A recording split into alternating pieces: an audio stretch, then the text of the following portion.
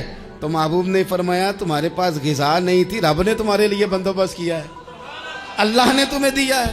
مکان شروع کر لیا ایک صاحب نے، وہ مکان بنانے لگے، آپ وہ حساب لگا رہے ہیں، کہتے ہیں میرے پاس اتنے پیسے ہیں، اتنے میں نے فلانے دوست سے کہنا ہے اس نے دے دینے، اتنے فلانے رشتہ دار سے کہنا ہے اس نے دے دینے، اتنے فلانے سے کہنا ہے اس نے دے دینے۔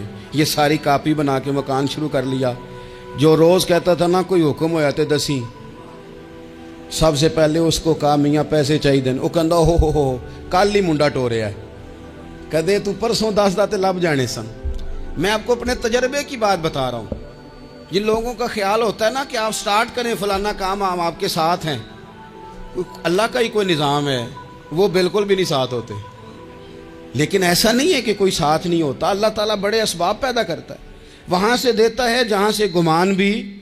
ہمارا یہ ذہن بن جاتا ہے، ہم ساری اپنے حساب سے چلتے ہیں، اتنے رشتہ داروں سے، اتنے، کون آپ کے ساتھ چلے گا؟ سوال ہی نہیں پیدا ہوتا۔ یہ سارے کام چھوڑ کے سب سے پہلے 2 رکعتیں پڑھو، اپنے رب کی بارگاہ میں، رسول کائنات کی بارگاہ میں گزارشات اور استغاثے پیش کرو، وہاں سے خیر طلب کرو۔ دنیا دار کیا دیں گے، کیا دے سکتے ہیں، کیا حیثیت ہوتی ہے کسی؟ اللہ کہتا ہے وہاں سے دوں گا۔ تو جو اللہ مال دے وہ لینا چاہیے کہ رشتہ داروں کا مال دیکھنا چاہیے؟ جو اللہ دے وہ لینا چاہیے کہ سیٹھوں نوابوں کی جیبیں دیکھنی چاہیے؟ جو اللہ دے وہ قبول کرنا چاہیے یا دیکھنا چاہیے کون سا آدمی کہاں پہنچ گیا؟ چھوڑو، اپنی مٹی پہ چلنے کا سلیقہ سیکھو۔ کسی کے سنگ مرمر پہ چلو گے تو پھسل جاؤ گے، پھسل جاؤ۔ اس پر ایک اور بات عرض کر دوں، صحیح بخاری سے، مسلم سے ایک اور بات۔ کچھ چیزیں ایسی ہیں جن سے اللہ کی مدد آتی ہے، مدد ملتی ہے۔ ایک چیز ان میں سے ایسی ہے جس سے بہت مدد نازل ہوتی، وہ ہے کہ جب رب آپ کو دے نا تو پھر آپ بھی اس کے رستے میں دیں، پھر مدد آتی ہے، پھر اور آتا ہے۔ بخاری مسلم میں حدیث ہے، یہ زیادہ ہی توجہ طلب امر ہے، اس پر آپ غور کریں گے۔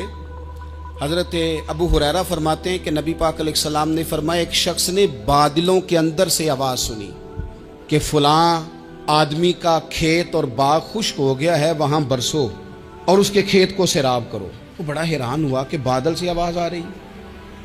پھر اس نے دیکھا کہ ایک پہاڑی پر بارش ہوئی، وہ بادل وہاں برسا، پھر نالیوں سے ہوتا ہوا پانی ایک طرف چلا۔ تو جس نے آواز سنی تھی، حضور بیان کر رہے ہیں، وہ بھی پیچھے پیچھے چلا کہ پانی کدھر جا رہا ہے۔ اس نے جا کے دیکھا کہ ایک مقام پہ ایک باغ کو وہ پانی لگ رہا ہے اور ایک آدمی وہ پانی لگا رہا ہے۔ اس نے اس سے پوچھا تیرا نام کیا ہے؟ اس نے کہا کیوں؟ کہنے لگا بتا نا۔ اس نے نام بتایا تو کہنے لگا یہی تو وہ نام ہے جو میں نے بادلوں کے اندر سے سنا ہے کہ فلاں کے کھیت کو پانی دے دو۔ اس نے کہا یار تو کیا عمل کرتا ہے کہ اسپیشل تیرے لیے بارش برسے؟ یہ بخاری پڑھ رہا ہوں، سیاستہ سے حدیث عرض کر رہا ہوں۔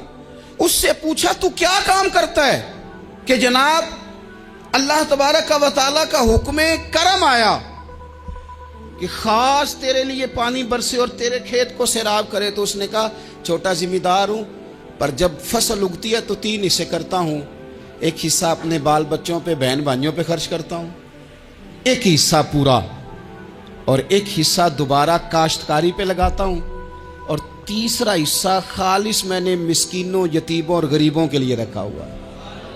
وہ جو تیسرا حصہ، اللہ کرے آپ سمجھیں، وہ رب کے بندوں پہ تیسرا حصہ خرچ کرتا ہے نا، تو کریم مالک نے فرمایا جہاں سے غریب کا حصہ جاتا ہے وہ کھیت خشک نہیں رہنا چاہیے، وہ جہاں سے مسکین روٹی کھاتے ہیں وہ خشک نہ رہے، جہاں سے یتیموں کو کچھ آتا ہے کہیں اس کی فصل رہ نہ جائے۔ میں اور آپ بھی اگر اپنے مال میں مسکینوں، یتیموں، غریبوں کے حصے رکھ لیں گے تو فصلیں خشک نہیں رہیں گی، ان کے اندر تازگی آئے گی، نور آئے گا، کرم آئے گا، خاص کر خدا کی رحمت برسے گی۔ مدد اللہ سے چاہیں، اپنی توجہات کا مرکز رب رسول کی ذات کو بنائیں، پھر آپ محسوس کریں گے کہ بڑی جلدی اللہ تعالیٰ کی مدد آنے لگی ہے۔ کبھی آپ صرف کہہ دیں نا میرا رب میرے ساتھ ہے، اس لفظ میں اتنی طاقت ہے کہ دشمن ویسے زہر ہو جاتا ہے۔ زندگی میں کسی سے بھی لڑائی ہو تو اچھی طرح سوچ لیں کہ اللہ اس طرف ہے یا اس طرف ہے۔ اگر آپ زیادتی پہ ہیں تو پھر رب مظلوم کی جانب ہے۔ اگر اللہ کی مدد آپ کے ساتھ ہے تو دنیا کی کوئی طاقت آپ کو گرا نہیں سکتی۔ اور اگر آپ مظلوم کے مقابلے میں ظالم بن کے آپ کھڑے ہو گئے ہیں اور آپ نے رویہ وہ اختیار کیا ہے کہ جس میں مدد نہیں آئے گی، تو پھر یاد رکھ لیں کہ آپ کوئی بھی ہیں، کہاں بھی ہیں، آپ کمزور ہیں۔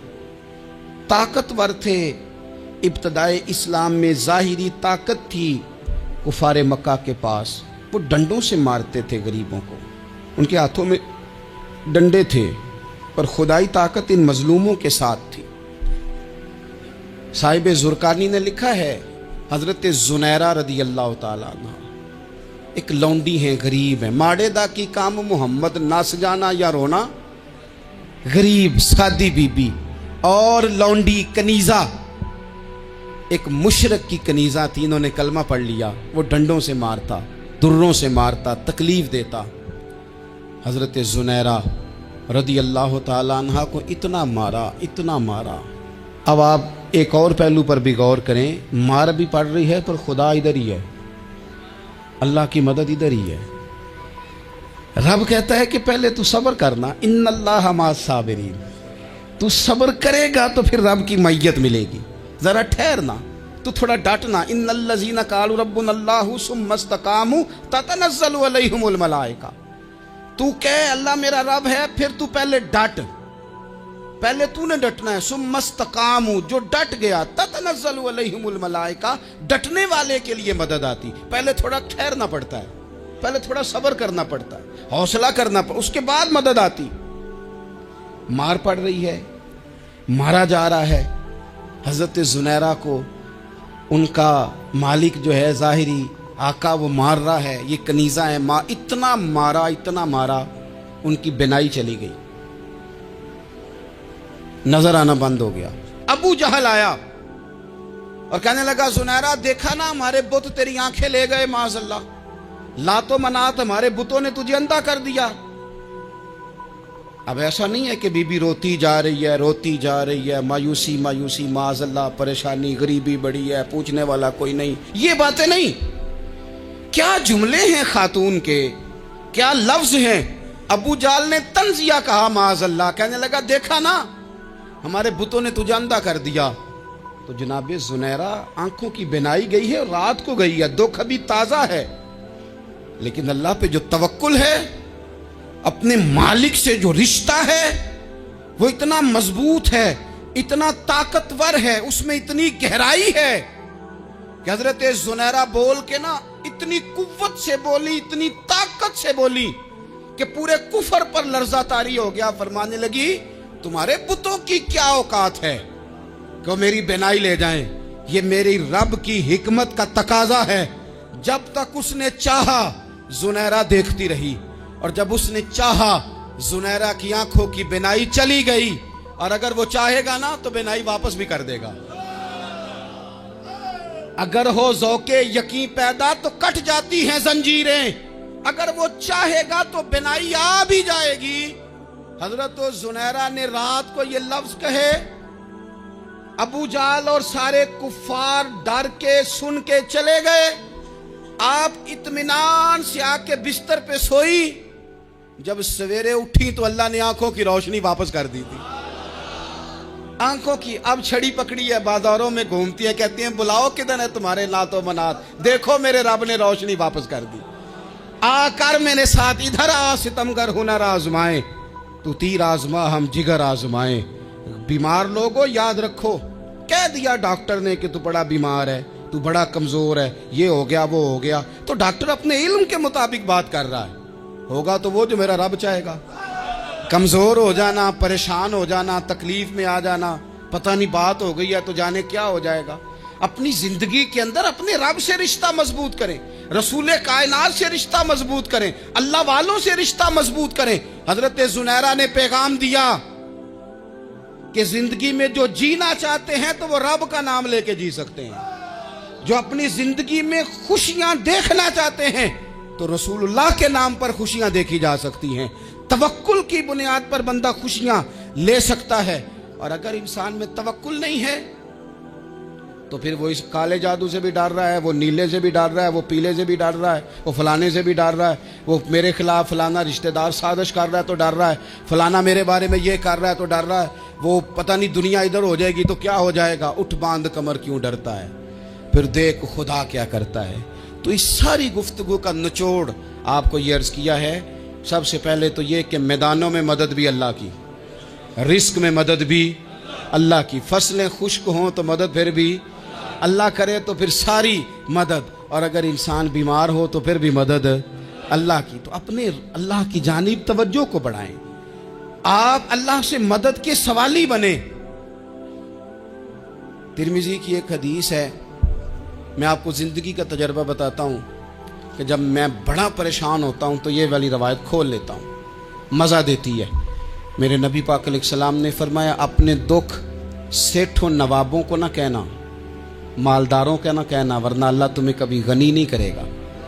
فرمایا اپنے دکھ اپنے رب کی بارگاہ میں عرض کرنا, جلدی کرے یا دیر سے کرے اللہ تمہیں لوگوں سے بے نیاز کر دے گا, اللہ تمہیں غنی کر دے گا. رات کو بیٹھو نا اس کی بارگاہ میں, اسے دکھڑے سناؤ, چھوٹی چھوٹی باتیں. حضور نے فرمایا نمک بھی مانگو تو رب سے مانگو. چھوٹی چھوٹی بات سے شروع کرو نا. جب بندہ شروع کرتا ہے نا چھوٹی چھوٹی چیزیں تو بڑی ساری چیزیں یہ اس طرح ہوتا ہے جیسے بندہ رب سے گفتگو کر رہا ہے, مالک مجھے یہ چاہیے, مالک میں یہاں کمزور ہوں, اللہ میں یہاں پریشان ہوں. آپ یہ کر کے تو دیکھیں, لمبی لمبی دعائیں مانگ کے تو دیکھیں, اس کے حضور جوڑ کے تو دیکھیں, آپ دیکھیں گے راحت کتنی ہے, سکون کتنا ہے.